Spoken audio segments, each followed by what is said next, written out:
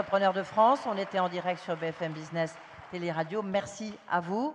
Et tout de suite, eh bien, retour dans les studios de BFM avec le journal de Faiza Younzi et bien sûr Delphine Liu ensuite. Bonne soirée. Et merci à vous.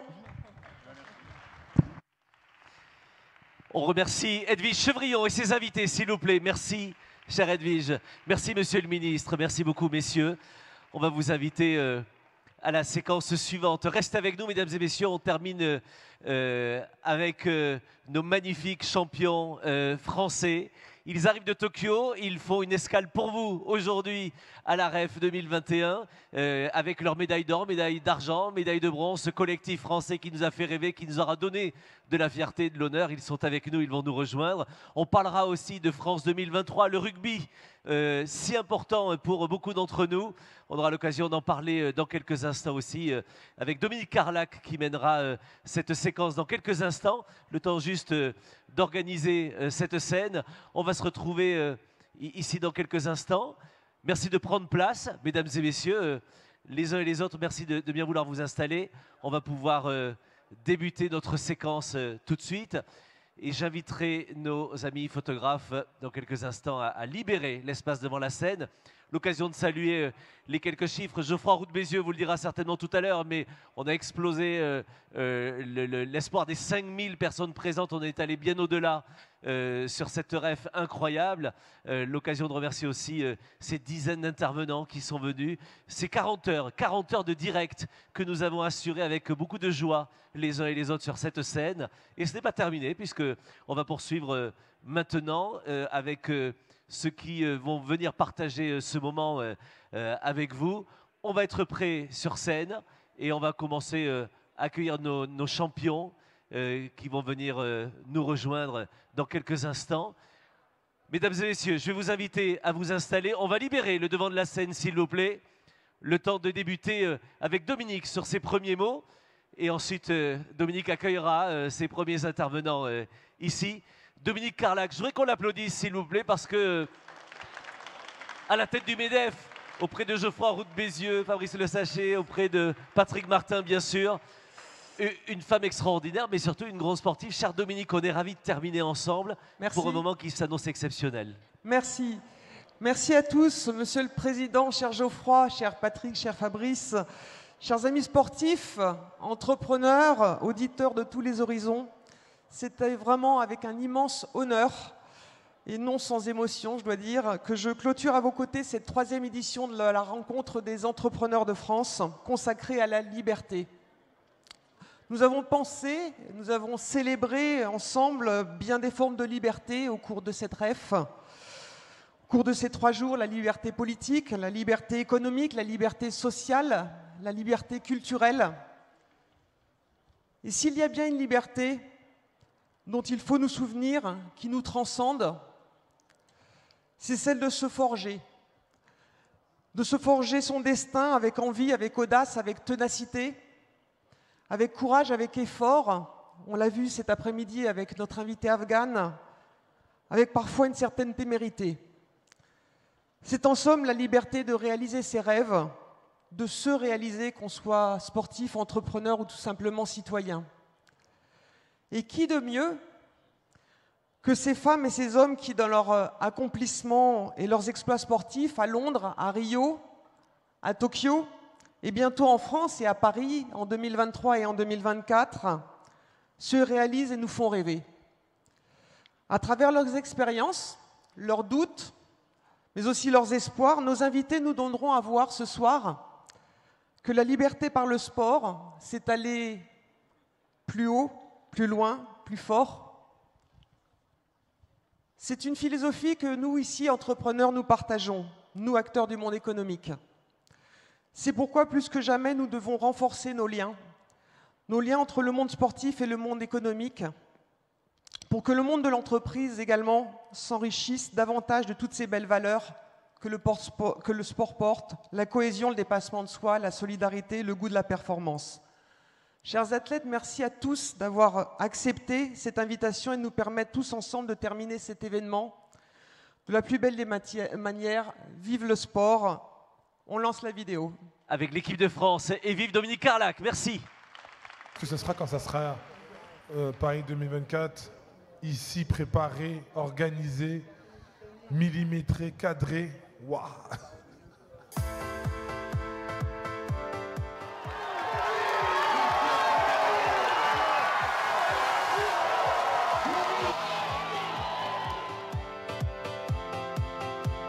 Je pense qu'on a tous été surpris parce qu'on ne s'attendait pas à ce qu'il y ait autant de monde. Les Français n'étaient pas là sur place, mais ils étaient là avec nous ici, ils nous ont suivis.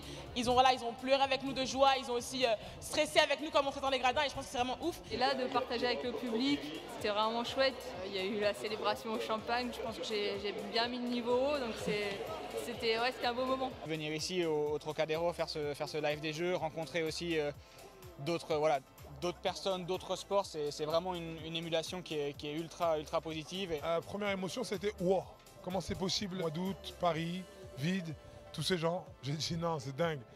Et après, grosse fierté, grosse, immense joie de voir tous ces gens. Ça m'a remonté des émotions, genre à l'intérieur, j'ai le cœur qui est rempli d'amour, de gratitude.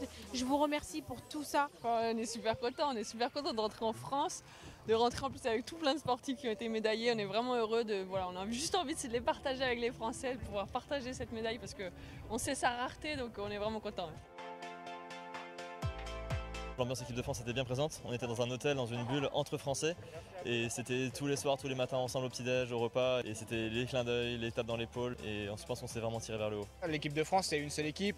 On se supporte tous, on va tous voir les autres sports. Moi, je découvre plein de sports aussi avec ces jeux. C'est super chouette de pouvoir avoir des encouragements des autres équipes quand on va déjeuner, quand on va s'entraîner aussi. Donc c'est assez unique. Ça m'a fait chaud au cœur de voir les autres sportifs qui sont déplacés pour m'encourager, qui sont venus me dire félicitations et ça fait chaud au cœur.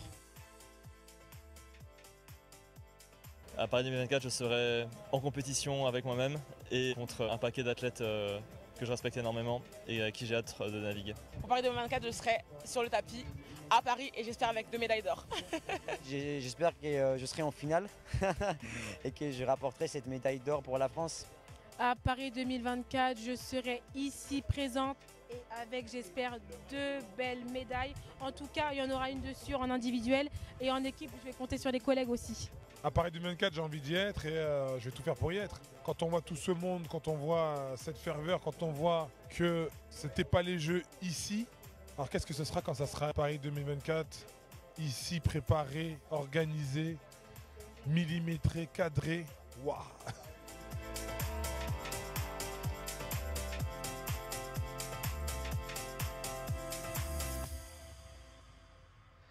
On peut vraiment les applaudir, ils sont notre fierté, notre honneur.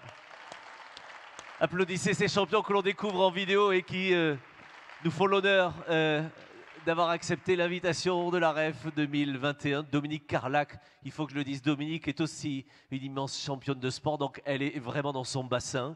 Donc voilà. Et vous allez voir que le parallèle avec le monde de l'entreprise est très court et très simple. Dominique. Alors on va commencer par une première table ronde avec des champions et on va parler de l'expérience d'être champion. On va commencer avec toi, Boris. Boris de Richebourg. Tu es le très connu président de Richebourg Multiservice, mais ce que peut-être moins de gens savent, c'est qu'en 1994, tu as été lancé dans une carrière de pilote automobile. Tu es monté à de nombreuses reprises sur des podiums en Formule 3000. Tu as même fait les 24 heures du Mans. Et puis en 2004, après 10 ans de compétition, tu as décidé de rejoindre le groupe familial et de mettre un terme à ta carrière sportive. Alors, première question pour toi, Boris. Qu'est-ce que ce parcours de sportif de niveau t'a apporté dans ta vie professionnelle? Merci. Elle est intéressante cette question parce que pendant de nombreuses années, on peut avoir un sentiment parfois d'infériorité par rapport aux études qu'on n'a pas spécialement quand on rentre dans le monde de l'entreprise. Et puis l'entreprise, c'est très normé en fait. On fait des belles écoles, on a des grandes études, et puis on a des grands postes. Et globalement, c'est normé comme ça. Et puis, je me suis interrogé finalement, qu'est-ce que m'a apporté ces 10 ans de sport? Et puis j'ai traduit ces 10 ans de sport en disant c'est 10 ans d'expérience finalement. Moi, j'avais 10 ans d'expérience dans le sport, dont ont eu peut-être 10 ans d'expérience dans les études. Et puis, comment ça s'est traduit et qu'est-ce que ça m'a apporté finalement? Parce que le sport, déjà, c'est une ambition qu'on a, c'est un objectif qu'on se fixe. Oui. Alors ça peut être un objectif qui peut être régional, qui peut être national, qui peut être européen, qui peut être mondial, et vous l'avez là devant vous avec des personnes que vous allez voir toute la soirée qui ont des objectifs mondiaux. Et l'objectif mondial, comment il vient en fait, et quelle qualité il faut pour avoir ça. Déjà, il faut bien s'entourer. Quand on soit dans un sport qui soit individuel ou collectif, il faut des bons entraîneurs, il faut des bonnes équipes. Parce que sans les bons entraîneurs ou les bonnes équipes, on a du mal en fait à réaliser ces objectifs qui sont déjà très forts. Et puis une fois qu'on a les bonnes équipes, ce qui est important, c'est de travailler avec elles. Et on s'aperçoit qu'il y a souvent un parallèle entre le sport, finalement, et l'entreprise, parce qu'on doit travailler avec elles. Et quand on est sur des objectifs qui sont très gros, on doit travailler avec des personnes, parfois, qui sont étrangères, qui sont de domaines différents. Donc il faut savoir travailler avec des personnes qui sont d'un univers peut-être un peu différent du nôtre. Et puis une fois qu'on s'est fixé un objectif qui soit très costaud, qui est le cas aujourd'hui, qu'on puisse savoir travailler avec des personnes qui sont d'univers différents, et bien après, il faut travailler.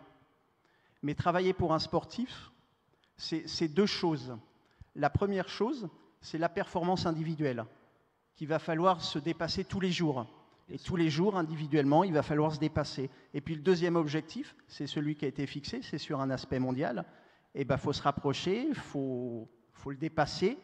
Et ça veut dire qu'il faut une remise en question qui soit extrêmement importante, avec une résilience importante, parce qu'indépendamment d'une crise qu'on peut avoir, qu'elle soit sanitaire, on peut se blesser, on peut avoir beaucoup de choses, il faut être là au moment présent, qui est un championnat du monde ou quel qu'il soit. Et c'est magnifiquement illustré par les personnalités qui sont à nos côtés. Boris, on vous garde avec nous pour discuter. Valériane, d'abord, il faut nous présenter Valériane Dominique. Alors Valériane, vous êtes basketteuse, vous faites partie de l'équipe de France médaillée aux Jeux de Tokyo.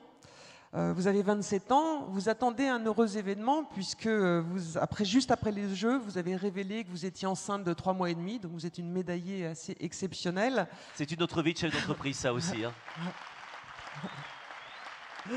Absolument. Donc Valériane, cette médaille de bronze à Tokyo avec l'équipe de France que vous avez remportée face à la Serbie, qui était championne d'Europe sortante, sans l'expérience, est-ce que ça aurait été impossible ?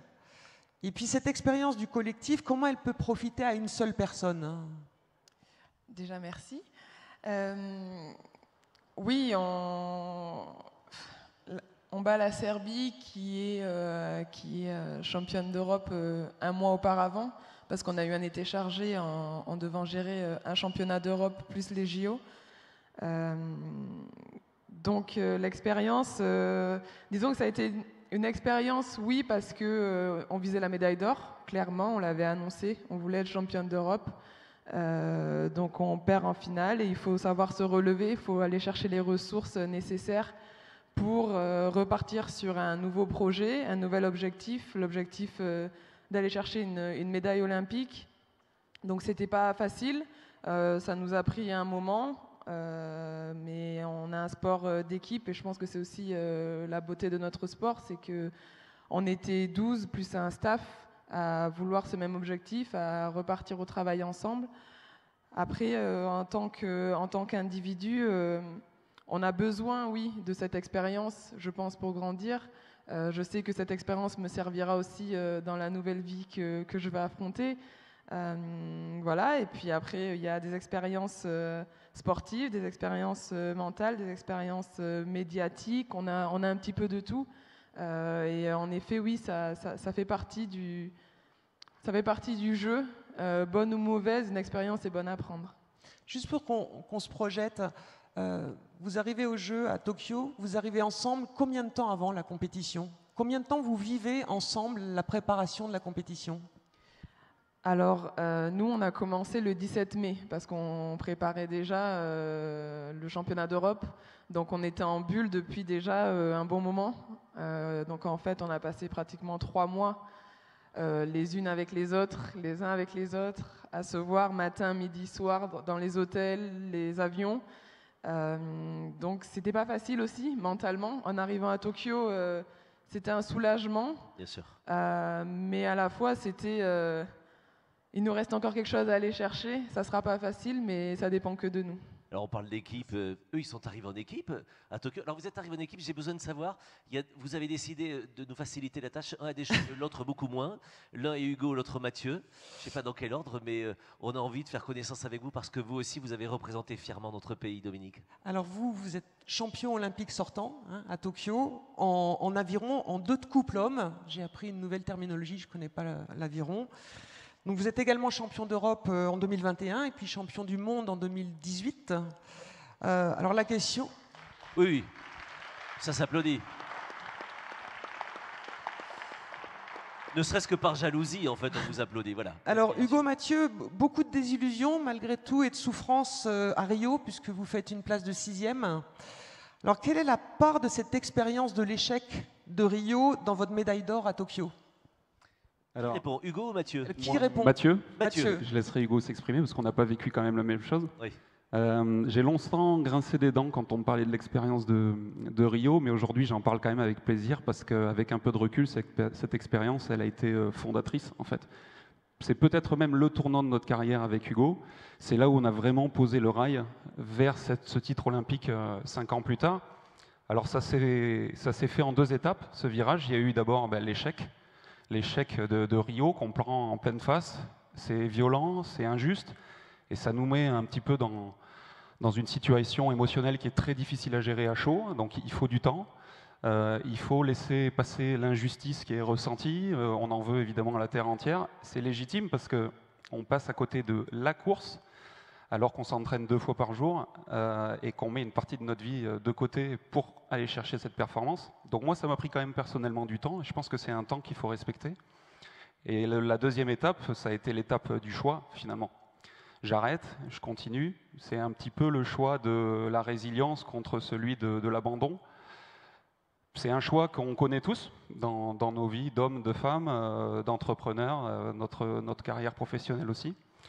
Et si ce choix-là, on décide finalement de pousser la curiosité, de continuer sur la voie, là je pense, en tout cas on l'a vécu avec Hugo, qu'à ce moment-là, le champ des possibles s'ouvre.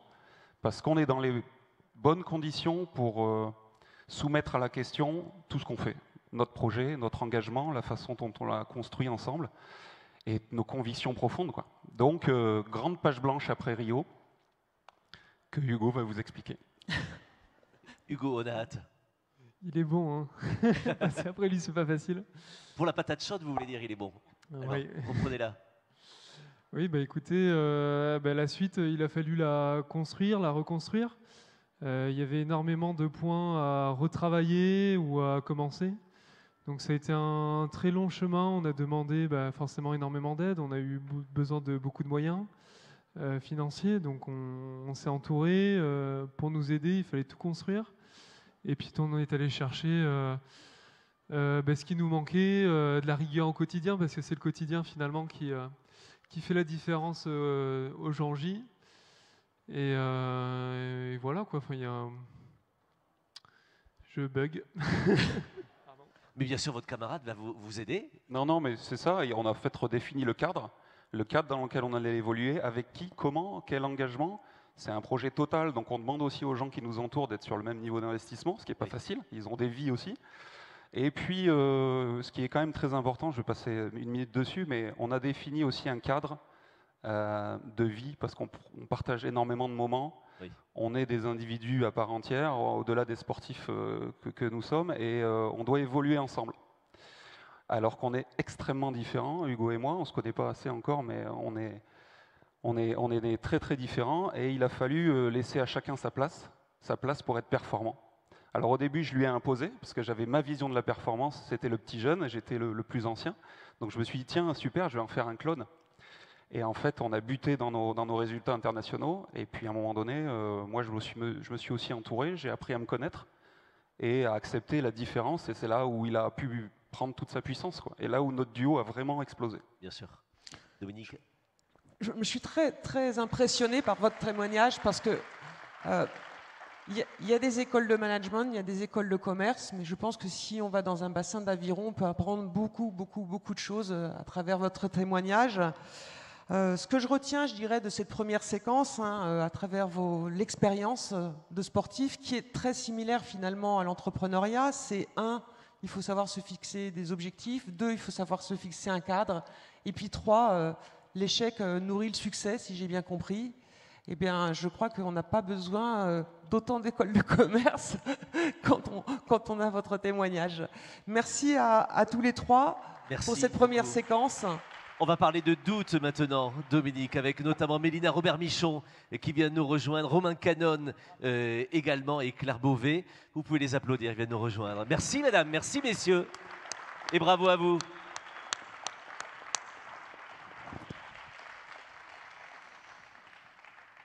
On les accueille, nos 3 champions. Mélina, venez nous rejoindre s'il vous plaît. Je pense que vous attendiez les applaudissements plus fournis, c'est ça? Mélina, Romain, Claire.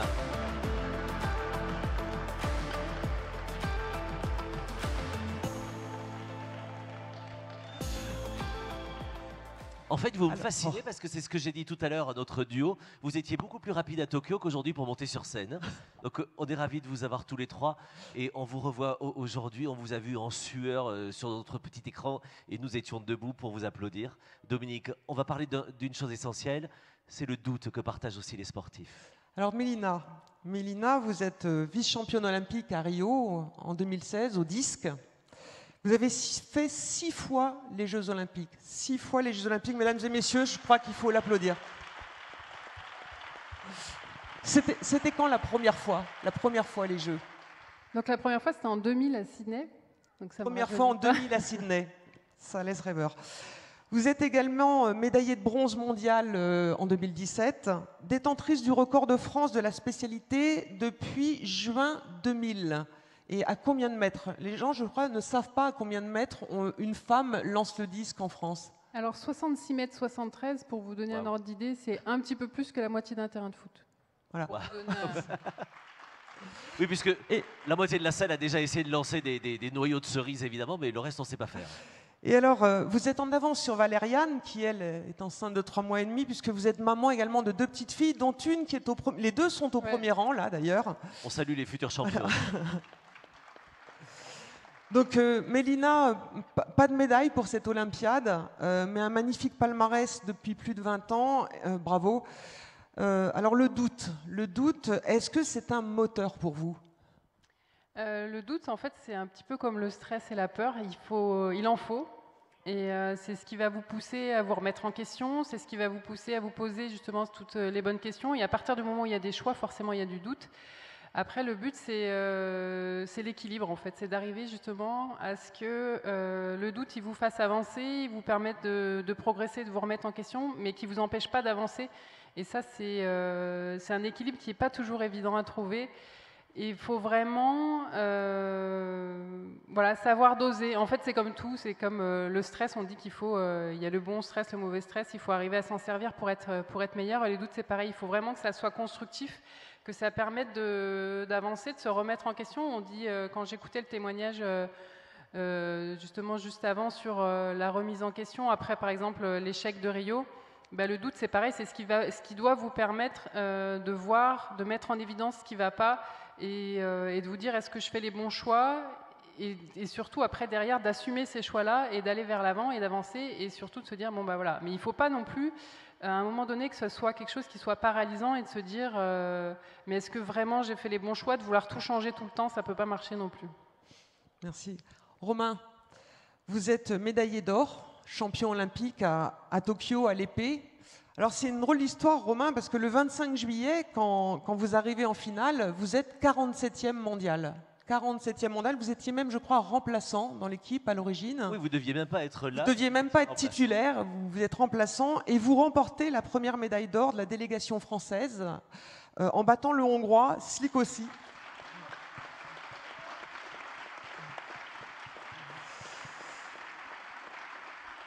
Alors, en plus, vous êtes le premier escrimeur français champion olympique individuel depuis la médaille d'or de Brice Guyard au Fleuret en 2004 à Athènes, qui je crois est là. Je ne sais pas, Brice. Si Brice vous est êtes là. Brice. Ah ben oui, il est là, on peut l'applaudir. Bravo. En plus.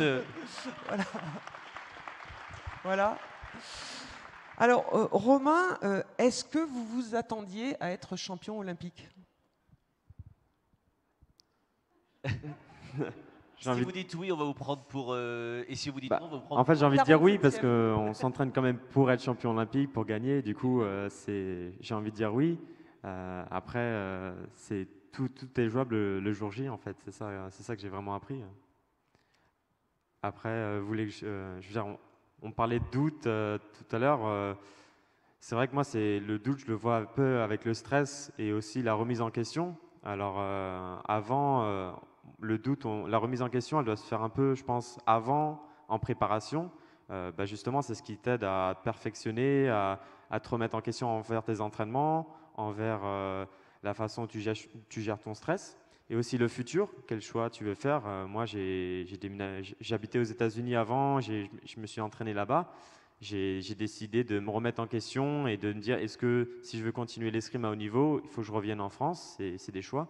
Par contre, je pense que dans le moment présent, il ne faut pas douter. Et ça, c'est comme des chefs d'entreprise, quand ils signent des contrats, ils ne doivent pas douter le jour où ils doivent signer. Je pense que c'est des travaux en amont et après. Et justement, ce n'est pas à ce moment-là qu'il faut douter ou avoir du mauvais stress, en fait.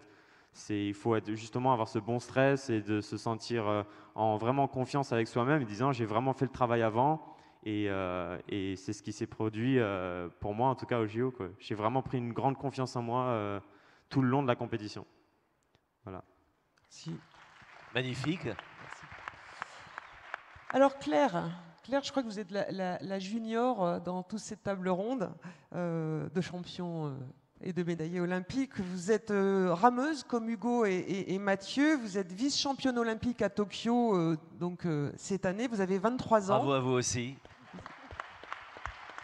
Donc vous avez 23 ans et je crois que toute la famille rame depuis longtemps, si je puis dire, puisque maman, papa, le frère sont rameurs également.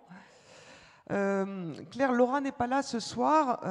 J'ai une question parce que j'ai cru comprendre qu'il y a eu des grands moments de doute avec votre coéquipière Laura. Comment on gère le doute avant une épreuve olympique quand on a eu envie de tout arrêter puis que finalement on est vice-championne olympique? C'est vrai que le doute, c'est quelque chose de très désagréable, mais de très important parce que c'est ce qui nous permet de progresser et c'est le seul facteur qui va nous faire remettre en question en permanence. Avec Laura, on a eu une route un peu semée d'embûches, on a eu des blessures, on a eu des moments où on n'avait plus envie d'y aller, mais c'est vrai que l'une avec l'autre, en fait, on se portait un peu. Et le jour d'une épreuve, il ne faut plus douter, il faut être sûr de ses capacités et justement, c'est que l'entraînement nous permet de faire. Douter à l'entraînement, ça nous permet d'être fort le jour J, parce que quand on doute le jour J mais qu'on a douté à l'entraînement, on sait comment réagir. Et c'est vrai que moi, pendant l'entraînement hivernal, par exemple, on a souvent des piges, donc c'est des courses qu'on fait entre nous, entre membres de l'équipe de France. Et en fait, pendant ces piges, c'est nos premières courses de l'année. Et à un moment donné de la course, oui, ça fait mal, oui, ça pique les jambes. On est tout seul dans notre bateau parce que on se bat justement pendant ces courses pour monter dans le bateau qui ira au jeu. À ce moment-là, on passe la ligne d'arrivée, on finit la course et là on se dit « Ok, j'en étais capable ».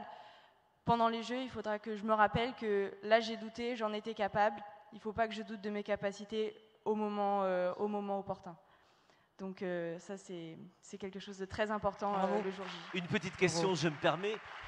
Rapidement tous les trois, quand on a un doute et qu'on fait partie d'une équipe, on en parle au reste de l'équipe ou on préfère le garder pour soi, de peur de se faire mal voir ou de peur de passer pour un faible? Est-ce qu'on en parle dans son équipe, sa sélection? Mélina? Je pense que c'est important d'en parler justement pour... alors moi, je suis dans un sport individuel, mais malgré tout, je fais partie d'une équipe parce que j'ai des entraîneurs, j'ai tout un encadrement. Et je pense que c'est important justement parce que parfois, c'est un doute qui peut être très vite dissipé à partir du moment où on va l'exprimer. Alors que si on le garde pour nous, c'est quelque chose qu'on va...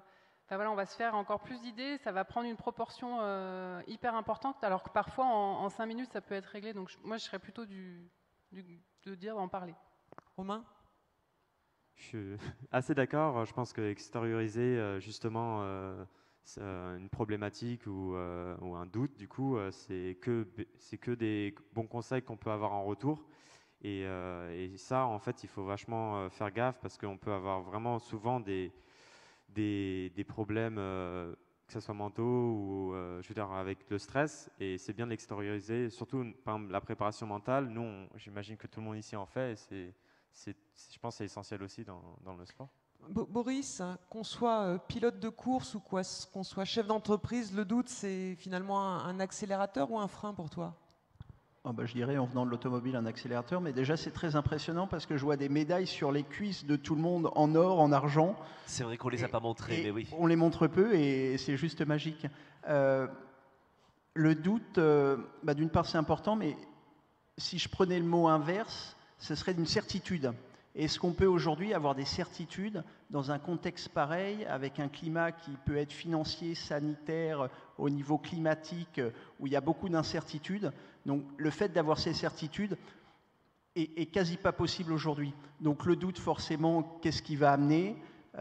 Il amène le travail, il va amener une persévérance, il va nous amener une curiosité aussi, de manière à travailler. Donc oui, de toute évidence, un accélérateur, bien évidemment, oui. C'est Nietzsche qui disait, c'est pas le doute qui rend fou, c'est la certitude. Donc là, on en a eu la démonstration. Le doute, c'est l'équilibre. On l'extériorise et comme ça, on le maîtrise. Mesdames et messieurs, je vous remercie. Merci. On va passer à la troisième séquence. En partant, on va montrer, venez montrer ici en centre-scène devant les caméras vos belles médailles d'or et d'argent que l'on voit ici. Montrez-les en face de vous parce qu'à la caméra, ça va faire des envieux, bien sûr. Elles sont magnifiques, allez-y, vous les dressez. Nos deux caméras en face vont les saisir. On aura une séquence photo avec tous nos médailles. On les aura tout à l'heure aussi. On est ravis de vous avoir eu tous les trois. Bravo à nos champions. Et l'on accueille Théoura, Sacha et Bernard Thibault qui viennent nous rejoindre sur cette scène, s'il vous plaît.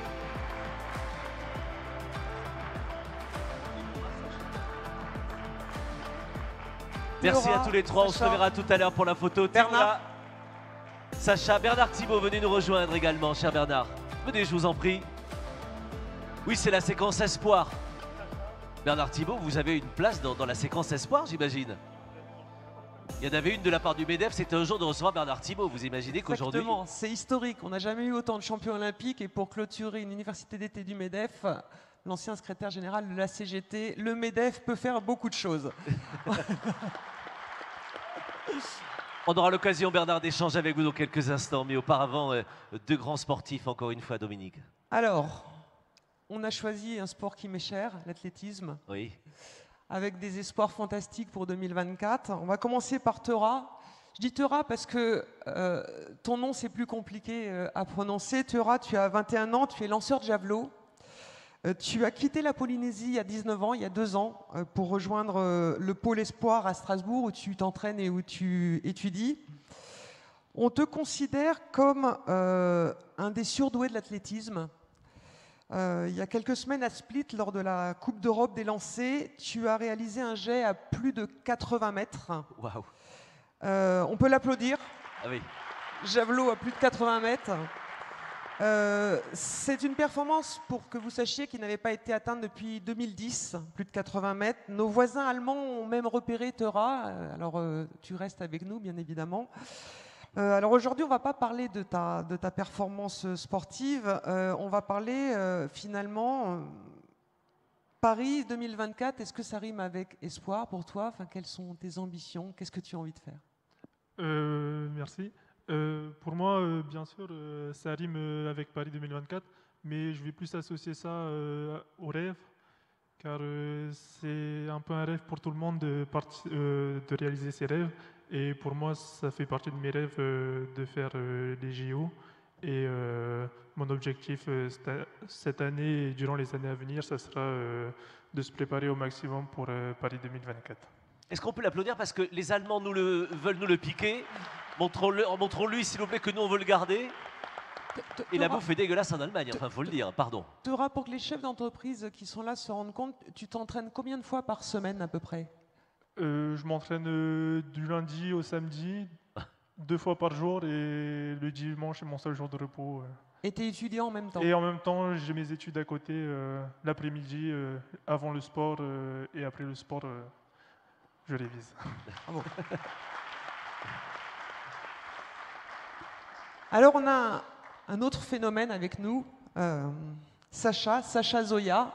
Alors Sacha Zoya, tu es le Benjamin de la séquence, tu as 19 ans, tu es champion d'Europe et du monde junior sur 110 mètres, Et depuis juillet, tu détiens le nouveau record du monde. Combien déjà le nouveau record du monde junior? J'ai fait 12,70. Oh non, 12,72, pardon. 12,72. 12 secondes 72 pour faire 110 mètres avec des haies. Et regardez, vraiment, je vous incite à regarder sur Internet sa course. Le gars, il est dingue. Déjà, au départ, en fait, il a mis 1 mètre dans la vue de tout le monde. Vraiment, regardez parce que c'est impressionnant. Voilà. Alors, j'ai 2 questions pour toi, Sacha. La première, les sports pour toi, est-ce que c'est uniquement Paris 2024? Première question. Et puis, deuxième question, tu es très attendu, tu es leader sur ta discipline. Comment tu gères cette pression aujourd'hui? Je trouve que ce n'est pas uniquement Paris 2024. Je pense que le grand rêve, le grand but, c'est de faire mes premiers JO Paris 2024, ramener la médaille d'or en France. Mais après ça, je ne veux pas m'arrêter à Paris 2024. Alors, comme normal, moi, je veux bien faire quelques JO après ça. Los Angeles, Brisbane aussi. Pays il y en a beaucoup. Double nationalité en Australie. Je suis australien aussi. Alors, les derniers, le 3e JO pour moi, si je peux faire, c'est à Brisbane. Mais Paris 2024, c'est vraiment le grand rêve parce que c'est vraiment les Jeux Olympiques à la maison. Ça va être les premiers Jeux Olympiques pour moi si je peux me qualifier. Et il y a une pression. Comme tous les athlètes, quand ils pensent à un rêve, et pour moi c'est les JO, il y a une grosse pression derrière moi. Mais c'est une bonne pression parce que ça me motive et ça m'encourage à forcer plus à l'entraînement. Comme ça, je peux bien réussir à mes rêves. Mesdames et messieurs, vous savez, on est habitué à toujours vouloir détecter des jeunes pousses, des start-up qui vont devenir un jour des PME de croissance, des licornes. Je crois qu'on en a 2 avec nous ce soir. Exact. Donc on les suivra. Exactement. On les suivra et je pense qu'on peut les soutenir et investir sur eux. Vous êtes vraiment plus que des graines de champions. Vous êtes Et des vrais l'avenir champions. et l'espoir. Il sera aux Jeux Olympiques de Clermont-Ferrand 2052 aussi, je crois que c'est prévu. Théoula, on fera attention parce que je pense que Claude Haché a envie de vous gauler parce qu'il prendrait bien un Polynésien dans les équipes de rugby peut-être. On verra ça plus tard évidemment. Juste un mot parce que Bernard Thibault est avec nous. Bernard, on aura quelques questions pour vous tout à l'heure, mais juste une chose, puisque vous êtes au sein du COJO pour Paris 2024. Vous êtes super fiers d'avoir ceux qui vont venir nous mettre aussi de l'ambiance et encore plus de fierté dans 3 ans. Évidemment, et d'ailleurs je vous remercie de m'avoir invité à la table ronde Espoir. Ça, j'avoue qu'il y a peu de personnes qui auraient pu avoir ce réflexe. Exactement. Alors, Bernard, on siège ensemble à la Solidéo. Tu sièges également avec Geoffroy au COJO Paris 2024. J'aimerais que tu nous parles un petit peu de l'engagement justement du monde socio-économique aux côtés du monde sportif et puis que tu nous partages quelques belles annonces pour sensibiliser ceux qui suivent finalement l'importance du sport en France et à venir avec cet événement planétaire que seront les Jeux 2024. Oui, effectivement, notre engagement commun autour de ce rendez-vous de Paris 2024 marque sans doute ce que représente le sport plus largement dans la société, c'est-à-dire l'unification de personnes, d'origine, d'âge, de sensibilité, de confession, que sais-je, différents. Et c'est le propre des Jeux Olympiques. Et il ne s'agit pas d'être uniquement angélique à propos de ce rendez-vous, qui est aussi un rendez-vous économique. On sait bien qu'il y a aussi des enjeux économiques, financiers autour de ces épreuves. Et on est là notamment pour préparer les Jeux en France, pour rappeler qu'en France, il y a un certain nombre de caractéristiques qui, dans la comparaison internationale, pour certains sont considérées comme des défauts et pour d'autres sont considérées plutôt comme des avantages. Et je pense naturellement au cadre social dans lequel ces Jeux s'organisent. Et je rappelle que jusqu'à présent, beaucoup des villes organisatrices des Jeux n'ont pas forcément été très regardants quant aux conditions faites aux dizaines de milliers de travailleurs nécessaires à la préparation des Jeux. Il est normal, logique, et je m'en réjouis que les sportifs soient au premier plan. C'est eux qui ont les médailles. Pour qu'il y ait des médailles, il faut une organisation. Pour qu'il y ait cette organisation, il faut différents emplois, il faut des entreprises. Et donc là, moi, je me satisfais que sur ce sujet-là, il y a des sujets de polémique dans notre pays, c'est tout à fait légitime. Ce n'est pas l'objet à l'occasion de cette table ronde. Mais sur ce sujet-là, on trouve des points communs, des points de rassemblement et avec une vision partagée. Et j'espère que nos conversations futures nous permettront aussi d'apporter notre contribution au développement du sport plus largement dans le pays, parce que l'organisation des Jeux en France, ça doit être aussi l'occasion, c'est ce qu'on appelle l'héritage dans le langage interne, je dirais, de laisser une trace pour l'après. Et dans la trace pour l'après, c'est que ces sportifs donnent envie à d'autres de pratiquer. Et en ce sens, je profite de la présence de votre président pour lancer un peu un appel, à savoir que notre engagement autour de la charte, qui compose plusieurs points, je ne les détaille pas ce soir, mais l'un d'entre eux prévoit que nous contribuions au développement du sport en entreprise, en collaboration avec l'État, les collectivités territoriales, le mouvement sportif. Eh bien, j'aimerais que dans la prochaine période qui s'ouvre, là, on puisse ouvrir la discussion entre organisations patronales, organisations syndicales, pour discuter de ce sujet et regarder s'il n'y a pas de dispositions nouvelles à envisager pour permettre le développement du sport en entreprise. Parce que pour qu'il y ait des médaillés, il faut qu'il y ait des sportifs. Et pour qu'il y ait des sportifs, ben, il faut aussi penser à un cadre professionnel qui puisse autoriser le développement du sport avec notre témoin qui nous indique combien il faut d'heures d'entraînement pour arriver à la haute performance. Et vous tombez bien parce que Geoffroy Roux de Bézieux est un sportif et Dominique, puis surtout en septembre, nous relançons cette initiative. Je le savais avant de venir et c'est aussi pour ça que je m'attends à une réponse que j'espère positive à ma proposition. Évidemment, vous l'avez.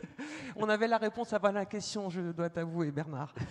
Alors, avant de vous dire ce que nous, au MEDEF, plus globalement, nous voulons faire, je voudrais vous faire partager le témoignage d'une grande dame, de Madame la Présidente du CNOSF, Brigitte Henriquez, qui nous vient du monde du football et qui est actuellement aux Jeux paralympiques à Tokyo, qui accompagne l'équipe paralympique et qui nous envoie une petite carte postale. Je vous propose de la découvrir ensemble. Dans le cadre de mon programme, voilà, il y a un engagement très fort vis-à-vis du monde économique, tout simplement parce que le CNOSF doit aujourd'hui se positionner comme le véritable leader du nouvel écosystème du sport français. Voilà, je crois que c'est important, en tout cas pour ma part, d'impulser une culture sportive dès le plus jeune âge, mais également tout au long de la vie. Donc la première approche par rapport au monde économique, c'est vraiment de dire qu'il faut promouvoir la pratique sportive dans les entreprises. Mais dans le même temps, on sait voilà, depuis toujours que les entreprises participent aussi au financement du sport, par le sponsoring, par les partenariats, par le mécénat, le mécénat de compétences. Je crois que le paradigme vers lequel moi j'ai souhaité tendre dans le cadre de ma candidature, c'est de dire, voilà, on a besoin aussi d'écouter les besoins, les problématiques des entreprises. Et je crois que le sport peut vraiment offrir beaucoup de solutions comme outil, comme levier. Et je crois que c'est dans ce sens-là que voilà, j'ai choisi dans le cadre de mon programme et avec l'équipe qui m'entoure de créer le Club France des entreprises pour justement avoir ces partenariats et pouvoir avoir ce lien vraiment très proche avec le monde économique. Et d'ailleurs, le Comité national olympique sportif français, c'est la maison du sport français et donc le monde économique a aussi toute sa place. Et j'ai hâte du coup de pouvoir mettre en place cette collaboration, notamment avec bien évidemment Dominique Carlac qui représente ce monde économique, mais également avec Virgile Caillé dans le cadre de l'Agence nationale du sport. Et on peut applaudir la présidente du CNOSF qui vous adresse ce message. Elle est bien sûr présente en ce moment à Tokyo parce que quand on parle de sport, on ne l'oublie jamais et au MEDEF, on le rappelle très souvent, mais on parle aussi du sport paralympique et on est très fiers de notre équipe de France. On peut les applaudir parce que l'équipe de France paralympique est en train de bien débuter ses Jeux avec d'ores et déjà plusieurs médailles depuis quelques heures et on est fiers aussi de les compter dans nos rangs. Alors je crois qu'on est à peu près tous en phase sur les objectifs, les partenaires sociaux, le monde sportif à travers Brigitte. Alors je voudrais, en avance de phase, vous présenter les initiatives que nous souhaitons porter à partir de cette année au MEDEF. Je crois qu'on a une image, puisque nous allons lancer une initiative qui s'appelle « Je soutiens un athlète.fr ». Alors, est-ce qu'on a l'image? Voilà. Donc, vous voyez à l'écran, nous allons lancer donc une plateforme de mise en relation entre entreprises qui souhaitent accompagner un sportif de haut niveau et un athlète et qui sollicitent, ça sera intéressant de le partager avec les collègues jeunes et les jeunes pousses, qui sollicitent soit via du mécénat, soit via du sponsoring, un accompagnement professionnel, financier, d'insertion, de formation à partir, parce que la grande difficulté, et on l'a vu pour monter cette table ronde, c'est comment on connecte les sportifs avec les entreprises. Ça paraît bête, il y a les entreprises qui d'un côté aimeraient faire quelque chose, il y a les sportifs d'un autre côté qui n'arrivent jamais à boucler leur financement, à part les quelques très voyants. Et puis on n'a pas d'outil de connexion. Alors l'outil de connexion, c'est ce QR code. C'est une super idée. Voilà. Je remercie infiniment les équipes de MEDEF qui ont inventé ça, en particulier Eric Injargiola qui est avec nous. C'est absolument fabuleux. À partir du moment où vous allez taguer ça, vous pourrez vous connecter et suivre des athlètes qui seront probablement aux Jeux de 2024. Ouais, l'idée est géniale et merci beaucoup de l'avoir inventée pour les athlètes. Ça sera en partenariat avec l'INSEP et avec l'Agence nationale pour le sport. Autre élément de soutien, c'est l'événementiel. Et c'est présenté en physique et en présentiel, cette fois, des sportifs à des entreprises. Et pour cela, on a un promoteur, un initiateur, un pionnier. C'est Boris. Boris, tu vas nous parler de la soirée des médaillés que tu organises et que tu souhaites déployer avec le MEDEF. Oui, merci. J'ai pris l'habitude de faire une soirée, en fait, il y a un peu plus de 5 ans de ça. C'était à l'initiative après les JO, les derniers de Rio. En se disant exactement le même constat, on a des sportifs qui nous font rêver pendant 15 jours, ou un peu plus avec les paras, parce que c'est vrai que souvent on les oublie et ils sont présents. Et de là, ayant la chance de connaître le milieu sportif et le milieu de l'entreprise, j'ai lancé une soirée en fait à titre personnel en disant tous les ans, je vais inviter entre 15 et 20 médaillés olympiques actuels. Donc c'est Rio, donc c'est aussi bien Rio, c'était Pyeongchang, c'était le sport paralympique et le sport donc qu'on peut voir sur les JO. Et j'ai fait ça tous les ans en fait. J'invite 200 chefs d'entreprise à rencontrer entre 15 et 20 médailles olympiques, qu'on soit sur un sport individuel, un sport collectif, terre, mer, ciel, ski aussi, hiver, hein, parce que c'est aussi bien été qu'hiver. Et je fais ça tous les ans, en fait, depuis 5 ans, de manière à connecter et à créer cette passerelle qui est entre le monde de l'entreprise qui rêve de connaître certains sportifs et le sportif qui rêve de connaître l'entreprise parce qu'il en a besoin, soit de manière immédiate pour des partenaires, soit de manière un peu plus long terme pour pouvoir travailler sa carrière par la suite. Et avec donc Dominique et bien sûr Geoffroy Roux de Bézieux, on s'est dit, et l'initiative devait être commencée l'année passée, on n'a pas pu le faire du fait du Covid, donc on relance cette année, cette soirée en association donc avec le MEDEF pour pouvoir lancer ces mêmes passerelles entre le sport et l'entreprise. C'est la soirée des médaillés du MEDEF, super idée encore une fois, bravo. Et on voit qu'en conjuguant les énergies, les réseaux et les talents, on peut faire aussi de grandes choses. Avant de terminer cette séquence sport, moi j'ai envie de poser la question à nos 2 jeunes espoirs. Vous auriez besoin de quoi du monde économique dans les années qui viennent, dans les 3 ans qui viennent, pour être champion olympique? Vous avez besoin de quoi? C'est le moment de faire la lettre au Père Noël, là. Sacha. Je commence. Ok, je commence. Pour moi, en tant qu'athlète, écoute, les athlétismes, en tout cas dans mon sport, c'est pas des footballeurs ou des basketteurs de NBA, on connaît tout ça. Et pour faire des études à côté, c'est très compliqué, ça prend beaucoup plus de temps parce qu'on a les entraînements le matin et le soir. Alors pour faire les études, toi, tu t'entraînes combien de fois par semaine, Sacha? 6 fois par semaine aussi. Pas dans la saison, j'ai pas 2 fois par jour, mais quand c'est pas la saison, c'est bien 2 fois par jour. Alors ça prend sacré du temps à faire les entraînements et voyager aussi parce que les compètes sont pas tous en France. Alors tu as besoin de voyager pour prendre les meetings, pour prendre la concurrence avec tous les autres.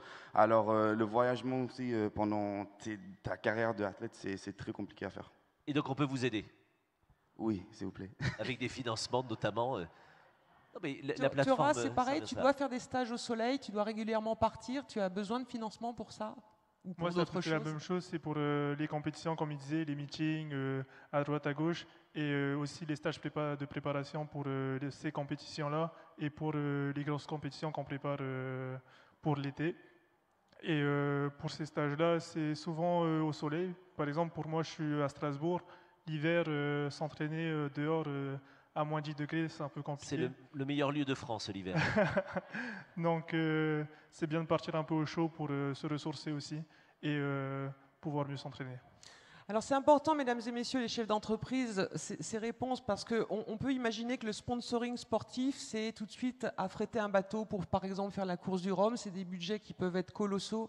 Mais là, on est sur des budgets où il faut pouvoir se payer des déplacements 3 ou 4 fois par an pour s'entraîner au soleil. Ça veut dire quoi en creux? Ça veut dire que c'est accessible à toutes les entreprises, y compris les PME.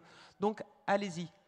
Merci beaucoup. Et je voudrais, avant qu'il parte, quand même ne pas écorcher son nom, Teura Iterai Tupaya. Je l'ai bien dit? C'est ça, c'est ça. Au moins qu'on rende hommage aussi à votre famille et à ces Français dont nous sommes fiers en Polynésie française et auxquels on pense particulièrement en ce moment. Merci beaucoup, vraiment. Tous les Merci quatre, beaucoup. On vous retrouve tout à l'heure.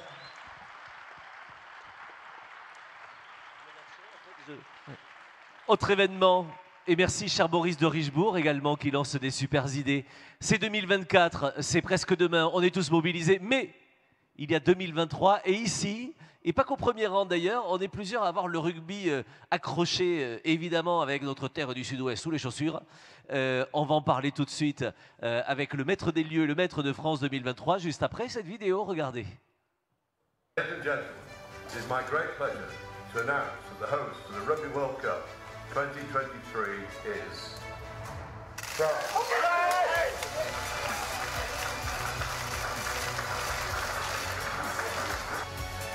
Elle ne partait pas favorite, mais c'est bien la France qui marque l'essai. 2007 a été un souvenir pour moi exceptionnel. Ça a laissé, je pense, un grand souvenir à l'ensemble du peuple français, des amoureux du rugby. Donc on avait envie de recréer ça. Ça va redonner du dynamisme, à nos écoles de rugby. Ça va remettre notre sport en valeur, qui je crois en avait bien besoin. La France est un pays magnifique, qui sait accueillir des grands événements. Et 2023 tombe à pic. L'impression que c'était hier matin. Déjà se dire qu'il y a 3 ans, on accueillait ce droit d'organiser, ça me paraît incroyable. Je pense que les 3 ans qui viennent vont passer encore plus vite que les 3 ans qui sont déjà passés. Donc j'essaye chaque jour de mesurer la chance qu'on a et de profiter de ce temps, chaque journée, en se disant on prépare le 3e événement mondial. Et on sera au rendez-vous avec vous. Claude Haché, notre invité, on peut l'applaudir. France 2023, qui est aussi un événement majeur pour nous tous. Alors, mesdames et messieurs, cet événement, j'ose faire le petit jeu de mots, ça va prouver sans aucun doute que la France sait transformer l'essai, Claude. Ben, je l'espère, oui, on travaille pour ça en tout cas. Déjà, on a gagné le droit, personne n'y croyait. Ça a été une première belle victoire sur le monde anglo-saxon. On en parle peu, mais vous savez, le monde du sport, il est quand même fortement influencé par le monde anglo-saxon. Dans le rugby, évidemment encore plus que dans d'autres sports. Donc de gagner déjà le droit, c'est une très belle victoire. Et puis, depuis cette victoire, on s'est attaché à construire un bel événement, un événement entouré de valeurs. C'est important pour nous parce que ce sport est porteur de valeurs. Ce sport est un sport différent. On dit souvent que c'est plus qu'un sport, c'est une philosophie, c'est un mode de vie. Et donc on s'attache autour de cette philosophie et ce mode de vie à démontrer et à apporter les preuves qu'un événement sportif peut être différent. Alors Claude, en organisant cet événement sportif qui est mondial et qui est d'une importance incroyable, est-ce que vous vous considérez comme un entrepreneur ? Alors évidemment, devant un parterre d'entrepreneurs, je ne vais pas vous faire l'injure de vous expliquer ce qu'est un entrepreneur, mais oui. Parce que Geoffroy se considère comme un rugbyman, donc est-ce que vous vous considérez comme un entrepreneur, Geoffroy? Et Patrick aussi d'ailleurs. On pourra allumer le micro de Geoffroy aussi. Donc oui, on se considère comme un entrepreneur. C'est un événement à la base qui déjà, dans sa genèse, est un événement d'entrepreneur, puisque le modèle de la Coupe du Monde de rugby, c'est que nous achetons les droits. Contrairement à d'autres événements sportifs, nous avons acheté, nous avons pris le risque en juin 2017 de faire un chèque de 300 millions d'euros à la Fédération internationale de rugby. Donc déjà, c'est un acte d'entrepreneur. Et à partir de là, on a construit une organisation vertueuse puisque la Coupe du Monde de rugby ne touche pas d'argent public. La Coupe du Monde de rugby fonctionne comme une entreprise, avec ses recettes, avec ses dépenses, et elle se doit d'équilibrer son budget avec les recettes et les dépenses. Donc on fonctionne comme une entreprise et on se prétend effectivement entrepreneur. Alors, une autre question, le thème de nos universités d'été à l'air libre, c'était donc le thème de la liberté, et avec la démonstration que pour être entrepreneur, il faut être libre. Alors vous, dans ce contexte, quelles sont vos marges de manœuvre? Vous venez d'évoquer le budgétaire, mais quelles sont vos marges de manœuvre? Ben, nous, on a beaucoup de chance parce qu'en fait, à partir du moment où on a pris le risque et on a acheté les droits, on est complètement libre. On a une marge de manœuvre incroyable dans la construction de la vision et de l'ambition de l'événement. Nous, par exemple, on a décidé de soutenir fortement la filière agricole française. On va organiser autour des stades des marchés agricoles, avec des produits agricoles français. On n'a pas une fédération internationale qui nous dit non, non, non, non, non, non, vous ne pouvez pas faire ça. Il vous faut prendre McDonald's ou il faut prendre Coca-Cola parce que c'est le sponsor de la fédération internationale. Nous, on est libre puisqu'on a acheté les droits. Donc on a une marge de manœuvre incroyable qui nous permet, d'abord qui nous permet d'être libre, qui nous permet d'être libre dans le ton, dans la communication, dans les engagements et dans les preuves qu'on veut apporter qu'un événement sportif aujourd'hui se doit de répondre à une question qui est celle de sa raison d'être. Alors, justement, vous avez déclaré à plusieurs reprises vouloir faire un événement exemplaire. Alors, entre raison d'être, exemplarité, qu'est-ce que ça veut dire concrètement ? Ça veut dire surtout mettre toutes ses forces pour apporter les preuves qu'on peut, en tant qu'événement sportif, minimiser la pollution et l'impact carbone que peut avoir un événement sportif. Il faut pas se raconter d'histoire. Un événement sportif est un événement polluant, aujourd'hui, quoi qu'il arrive. Donc toute notre exemplarité va, entre guillemets, tourner autour des engagements qu'on va prendre à minimiser au maximum cet impact dans tous les domaines, que ce soit dans la protection de l'environnement, que ce soit dans la lutte contre le réchauffement climatique, que ce soit dans le soutien à certaines populations en difficulté dans notre société aujourd'hui, tout en considérant en permanence qu'un événement se doit d'être ancré complètement dans les problématiques sociétales. On ne peut pas faire un événement hors sol aujourd'hui. Pour qu'on comprenne concrètement derrière ce que vous dites de manière consolidée, c'est quoi les principaux chiffres d'un tel événement sportif? Une Coupe du Monde de rugby, c'est quoi les chiffres? Alors les chiffres, c'est 48 matchs, c'est 8 semaines de compétition, c'est-à-dire que c'est l'événement sportif le plus long oui, qui existe, évidemment lié essentiellement aux périodes de repos nécessaires pour les joueurs. Et pour vous dire un petit peu dans quel état d'esprit on a décidé pour la compétition en 2023 d'allonger la compétition d'une semaine pour respecter la santé des joueurs, pour protéger les joueurs et pour donner aux joueurs le maximum de préparation en matière de performance sportive. C'est 48 matchs, c'est 2 600 000 billets à vendre, c'est entre 6 et 800 000 visiteurs étrangers attendus. C'est un impact économique qui a été évalué au Japon à 3,4 milliards. C'est 10 000 emplois créés ou soutenus. Et c'est surtout une Coupe du Monde des territoires. Parce que la Coupe du Monde, elle va se jouer dans 10 villes en France. 80% des Français vivent à moins de 2 heures d'un stade. Ça, c'est l'ADN de la compétition. Et donc, c'était la dernière question, parce que vous avez une entreprise très particulière. Le 28 octobre 2023, c'est terminé. L'entreprise n'existe plus. Donc, qu'est-ce qui restera derrière cette entreprise après ces 48 matchs? C'est une bonne question, parce qu'on s'est posé la question le premier jour de la constitution du comité d'organisation. Qu'est-ce qu'on va laisser comme trace? Et on a décidé que la trace qui nous paraissait la plus importante, c'était l'humain. Comment aujourd'hui, autour de cet événement, on peut apporter du lien social, de l'innovation sociale, comment on peut mettre en place un dispositif qui fasse que, après nous, l'événement puisse donner au sport, au rugby en particulier, mais au sport en général, une forme d'héritage qui fasse que les clubs sportifs, qui fassent les associations puissent en profiter.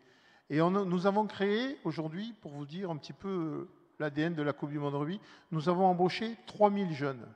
3000 jeunes de 18 à 30 ans que nous formons, qui sont aujourd'hui salariés du GIP, puisque le comité d'organisation est un groupement d'intérêt public dans lequel l'État est actionnaire et où votre président siège au conseil d'administration, bien entendu.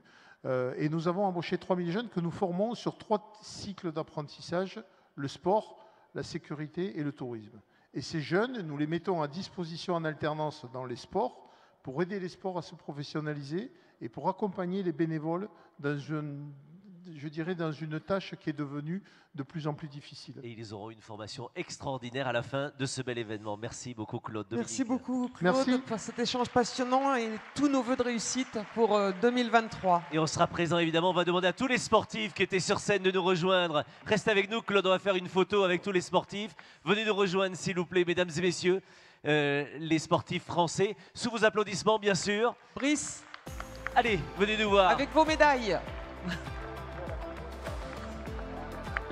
Venez nous rejoindre. Le champion Boris de Richebourg aussi. avec ces magnifiques bisons. J'espère que la soirée des médaillés, il y aura des bisons de Richebourg. Venez donc. N'hésitez pas à mettre vos médailles. Brice. Allez. Patrick Martin qui doit être champion de quelque chose. Patrick. Ah, attention, petite passe. Hop, bravo. Patrick Martin vient nous rejoindre. Fabrice. Fabrice Le Sachet également. Champion de quelque chose certainement, Fabrice. De pétanque. De l'entrepreneuriat. De pétanque.